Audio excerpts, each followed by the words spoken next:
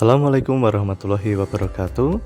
Saudara-saudara yang saya hormati, klasifikasi kemampuan kesuburan tanah atau Fertility Capability Classification atau kemudian disingkat dengan FCC merupakan suatu sistem pengelompokan tanah berdasarkan kendala untuk manajemen agronomi dilihat dari sifat fisik dan kimia tanah. Klasifikasi kemampuan kesuburan tanah dikembangkan dalam upaya menjembatani kesenjangan antara klasifikasi tanah dan kesuburan tanah. Hasil klasifikasi kemampuan kesuburan tanah menunjukkan kesuburan dan faktor pembatas tanah untuk tanaman serta membantu dalam penyusunan rencana pengelolaan tanah. Melalui materi ini, saudara akan mempelajari bagaimana cara mengklasifikasikan kemampuan kesuburan pada suatu satuan peta lahan. Mari kita ikuti materinya. Capaian pembelajarannya adalah yang pertama, terampil dalam mengevaluasi kemampuan kesuburan tanah, dan yang kedua adalah mampu melakukan plotting hasil evaluasi kemampuan kesuburan tanah ke dalam peta. Instruksi pembelajaran, yang pertama baca materi di modul e-learning, kemudian lihat video pembelajaran, ikuti game memory training, yang keempat adalah kerjakan tugas. Sistem klasifikasi FCC terdiri dari 3 tingkatan, yaitu tipe, subtipe, dan modifier. Tipe dilihat dari permukaan tanah sedalam 20 cm. Subtipe berada di bawah tipe hingga kedalaman 50 cm. Berikut adalah gambaran dari tipe dan subtipe serta bagaimana cara mengklasifikasikannya. Selanjutnya adalah modifier atau sifat tanah yang menjadi faktor pembatas atau kendala kesuburan tanah. Nah, ini adalah yang paling penting karena dengan adanya modifier ini kita akan tahu bagaimana permasalahan tanah tersebut dan bagaimana cara mengatasinya. Perhatikan jenis-jenis modifier berikut beserta batasan ketika dia boleh atau tidak dimasukkan ke dalam modifier tersebut. Dan ini adalah contoh tata cara penilaian kelas FCC berdasarkan Handayani tahun 2004. Baik, tidak perlu menunggu lama, kita menggunakan studi kasus sebelumnya di Donorojo, Jepara, Jawa Tengah untuk melihat tingkat kesuburan tanahnya. Selamat menikmati. Baik, kita sudah berhadapan dengan tabel FCC. Di sini ada tipe, di bawahnya ada subtipe, dan bawahnya lagi adalah modifier seperti yang sudah kita bahas tadi. Nah, di bawah ada keterangan, di sini ada atas, ada bawah, ada tanah. Ini menunjukkan kedalaman. Kalau atas 0,20, bawah 0,40, lapisan tanah adalah 0 sampai 100. Baik, kita langsung saja ke tipe.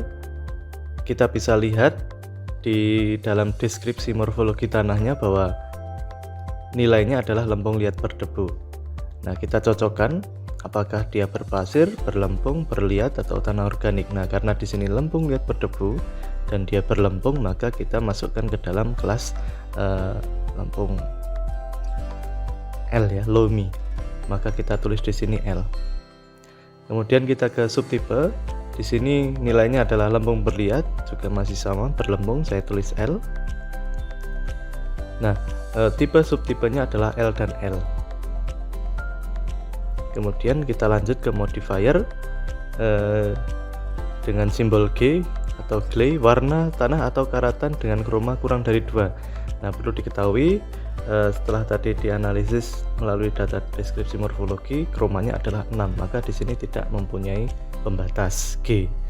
Apakah dia G tanda bintang karena tanahnya tidak jenuh air dan tidak ada tanda-tanda yang lain, maka di sini juga tidak mempunyai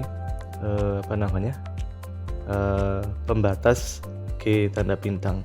Kemudian D, tanah kering, rezim kelembapan ustik, aridik, atau serik. Ini juga tidak memenuhi karena rezimnya adalah udik, ya.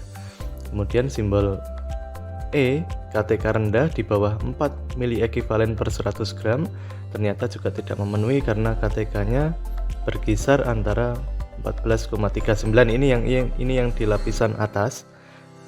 Meski demikian, kalau kita lihat dari lapisan semuanya, maka ini paling rendah 14,39, paling tinggi adalah 17, maka ini tidak memenuhi syarat. Kemudian, nah ini huruf A,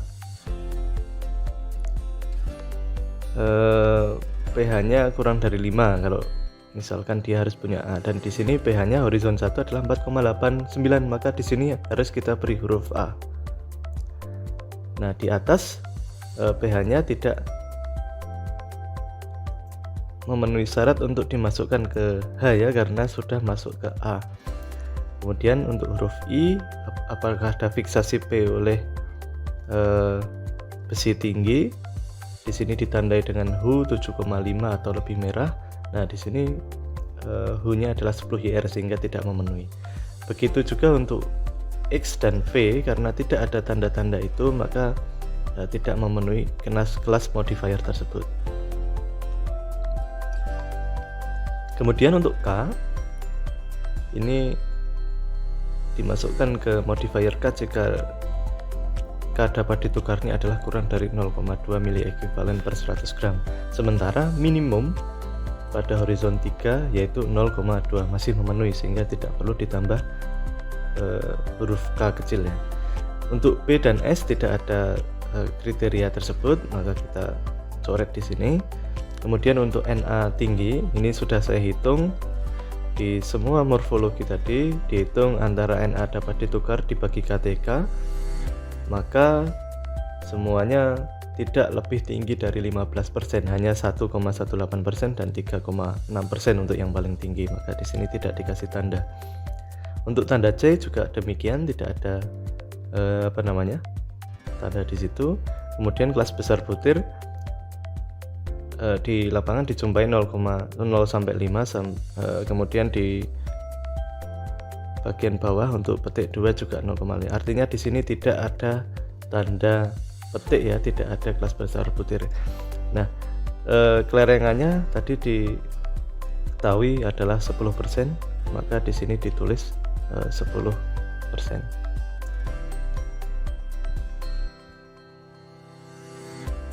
Nah, terakhir kita akan mengkelaskan.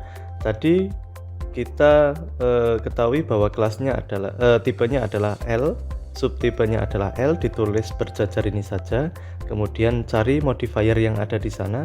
Satu-satunya modifier adalah A ya. Jadi L A. Kemudian lereng caranya adalah diberi tanda kurung. Besarnya adalah 10%.